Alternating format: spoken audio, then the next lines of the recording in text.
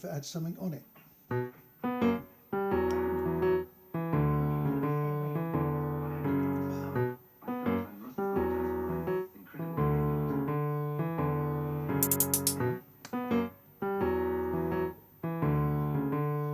My wrist is stopped again.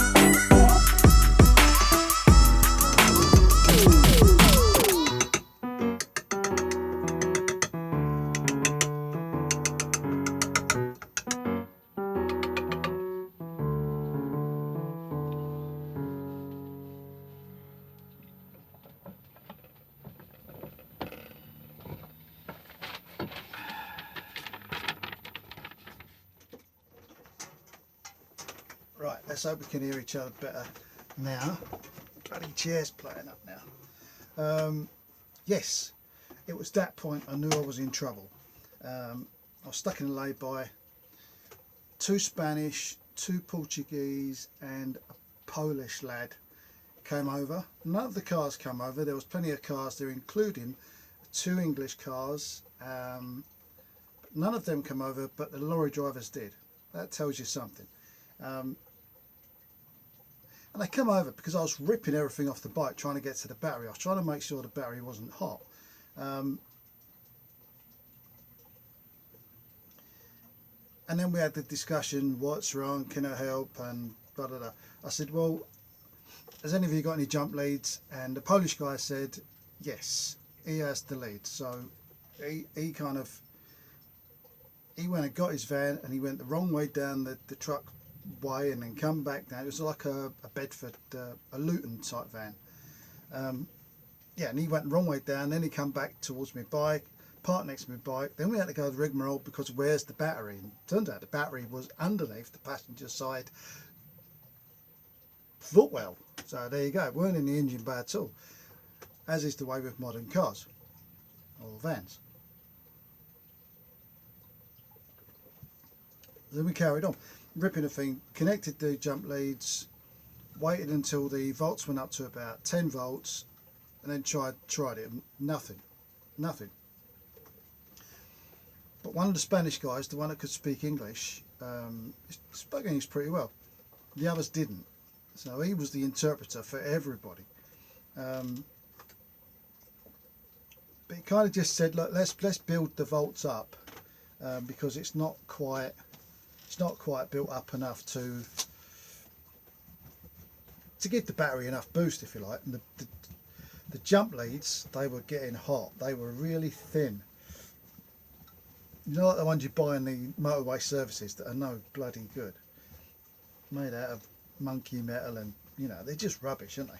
Anyway, that's what was going on. In the end, cut a long story short, I'll try and put a clip up. No, I can't because it's a video and I can't transfer the video. Anyway, got the bike going, got everything back on the bike, and although the bike read 10 volts, as soon as I pulled away, it started going down. Now, Kev, you sort of knocked it on the head, really. You said, like, as soon as you've done that, as soon as you've done it, you know, you knocked it on the head what the problem was as well. But I still had to go. I changed my sat nav to my friends in Normandy. I was on my way to Normandy. I thought I've just got to keep going with this battery until I get home. Once I get home, I can sort it out. Well, off I jolly well went. I needed to stop for fuel one more time before I got to Normandy. Now, while I was thinking this, I was thinking, well, if I'm going to Normandy, I might as well just go straight bloody home. You know, I know they've got a booster kit on the ferry because I had to use it once before with a child.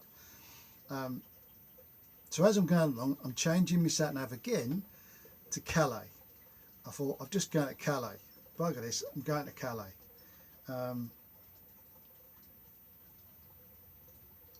Still needed to stop. I reckon I needed to stop twice before I got to Calais to be on the safe side.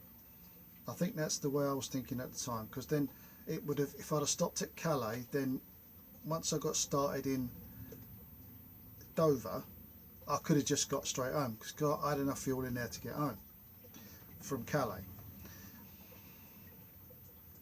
First stop I made, I was trying to keep the engine going, put the card in, and you know all that malarkey. And it just, as soon as I relaxed, it cut out. It weren't having it. It just cut out. Called the breakdown guy was very good. He said, right, I'll get in touch with the European office, which is probably next door. He could have probably shouted through the box or something. But they phoned me back in about 20 minutes after that and said, yep, no problem, Mr. Jones, we know exactly where you are. Somebody will be with you shortly. Well, there's no need to call me names. And I'm not very tall, but that's taking the mickey. Anyway, somebody called me to be out. Van pulled up, the flat back. I thought, right, he's going to take me somewhere. Now remember, this is Sunday night. Nothing's open on Sunday night, and he knew that because, I mean, he didn't speak English. He was doing everything via Google Translate. So it was bonjour, hello, what's the problem? It was all that kind of business. He jump-started my bike, got it running, but the voltmeter never went up. Obviously, it wasn't going to go up. It was now Sunday about 7:30, 7 o'clock. It was getting late. There was a hotel opposite. Mr. Frenchman on it, he said, you must go to the hotel over the road. Okay. So he jump-started it. I drove my bike to the hotel over the road, and he put all my stuff in the back of his van, and all my bags and all that, and joined me over the road when he got there. It was on a busy roundabout, lots of traffic, but there was no one in this hotel. There was maybe 2 cars. One of them was a Mustang. Don't know. Booked in, single room. He said, you can have a double bed. I said, well, I don't need a double bed. He went, same price. I said, okay, I'll have a double bed. I thought, whatever. Because by now all I want to do is get my head down. I've had enough. The day is done. There's nothing more to be done. I just want to, you know, get my head down now. So that's what I'd done. Booked into my room. There was a telly and a bathroom with a shower, or a shower room with a basin, and the shower unit. The shower tap was off of the basin, so it it was all kind of done on the cheap.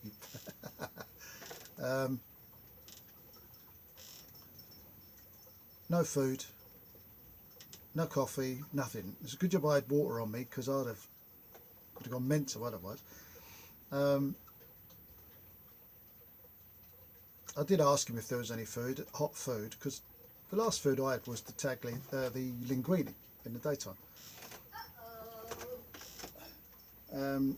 My granddaughter's here.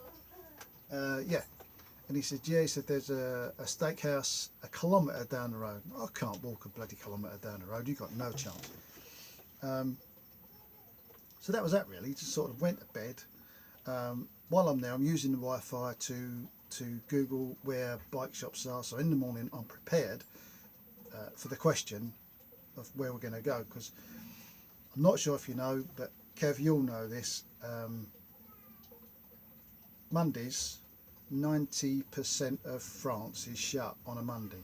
It's just the way they are, including all the bike shops.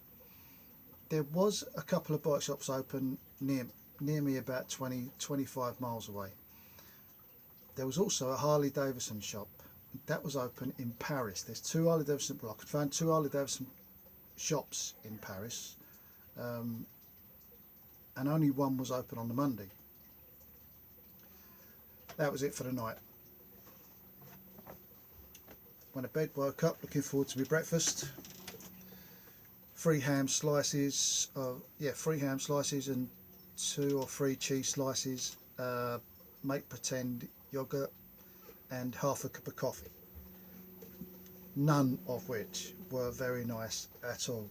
Bear in mind, my last meal was a linguine the previous afternoon.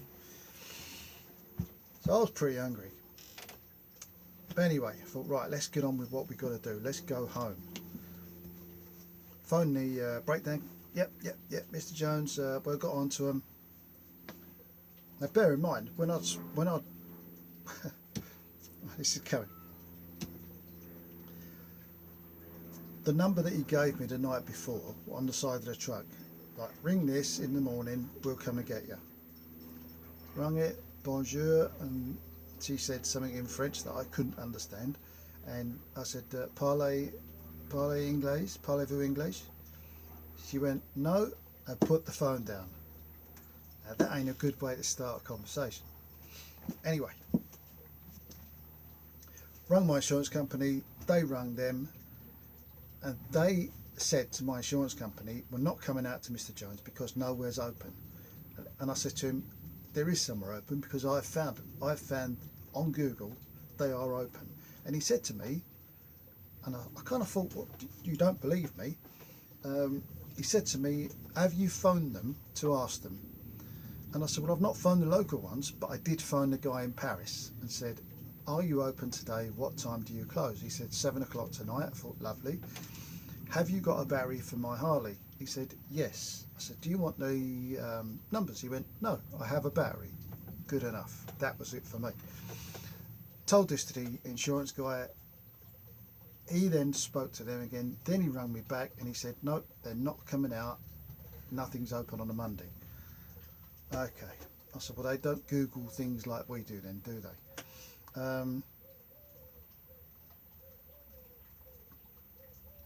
Now I'm thinking, if I get my bike started, I'm on my way to Paris.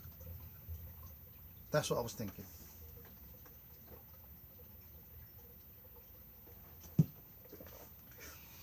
Said to the guy behind the counter, and my phone's going dead by now.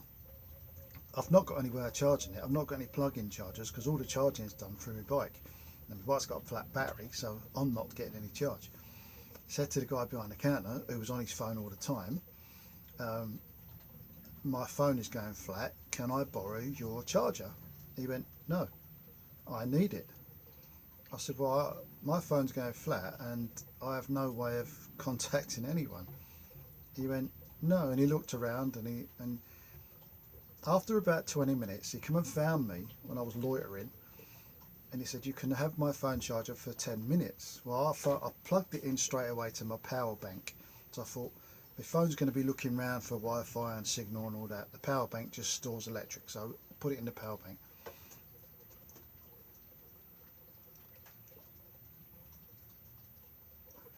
There was a van outside. It was a little Peugeot or a Citroen, or one of them little vans, like, you know. And I said, whose van does that belong to? Whose van is that? He said, it's the hotel's, it's the runaround. I said, has it got any jump leads in it? Has it got the cables? He said, I don't know. No, he said. With that, he's got out of his desk, finally, and went to have a look. I followed him out. He's got his BMW 3 Series, a new one there. And he said, and all of a sudden, he's all kind of friendly and happy to see me. Probably because I'm going. He said, I'll have a look in my car. So I had a look in his car, nothing in his car. He went, wait one moment, he said. Went to the men's toilet, and in the cupboard in the men's toilet was a set of jump leads. Now, why do you need jump leads in the men's toilet? Answers below, please. Got my bike started, which was an event in itself. So I'm holding that. I've got one hand on the choke, one hand on the throttle. I still haven't done my crash helmet up, and I'm on the phone to this guy, telling him that my bike started. I'm on my way to Paris. So I said to this guy, whatever his name was, I said, come and hold this, which looked strange anyway, because he's down at me.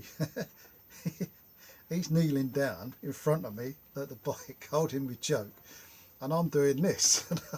It didn't look good, unless you're French. Can you imagine? Anyway, bike running. Said to the guy on the phone, gotta go, you can hear me bike running. I'm off to Paris. Next time you might hear from me, it'll be Paris or Calais or Dover. That was it. And I went. I waved my jolly goodbye and I went.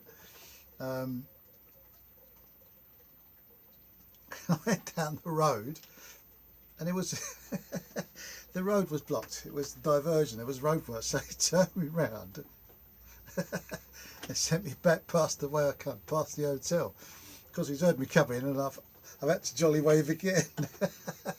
He must think the English are fucking stupid. Answers on a postcard. Anyway, that'll be it. I'll leave that there for now, because it's gone 15 minutes. But that was the story up until the hotel. Tomorrow we'll go over the final step. Tomorrow it'll be Paris, Calais, Dover, Milton Keynes, and then home. In the meanwhile, I've got it off. Now, don't know if you can see that, but does it look good to you? Does it look good to you? It don't look good to me, to be honest with you. I ain't got a torch. My torch is down there, but don't see it. But it don't look good to me. It looks a bit. I mean, it looks all a bit burnt and shabby. It smells a bit burnt and shabby, honestly. I wish I hadn't done that. Right. See you tomorrow, guys. Take care, and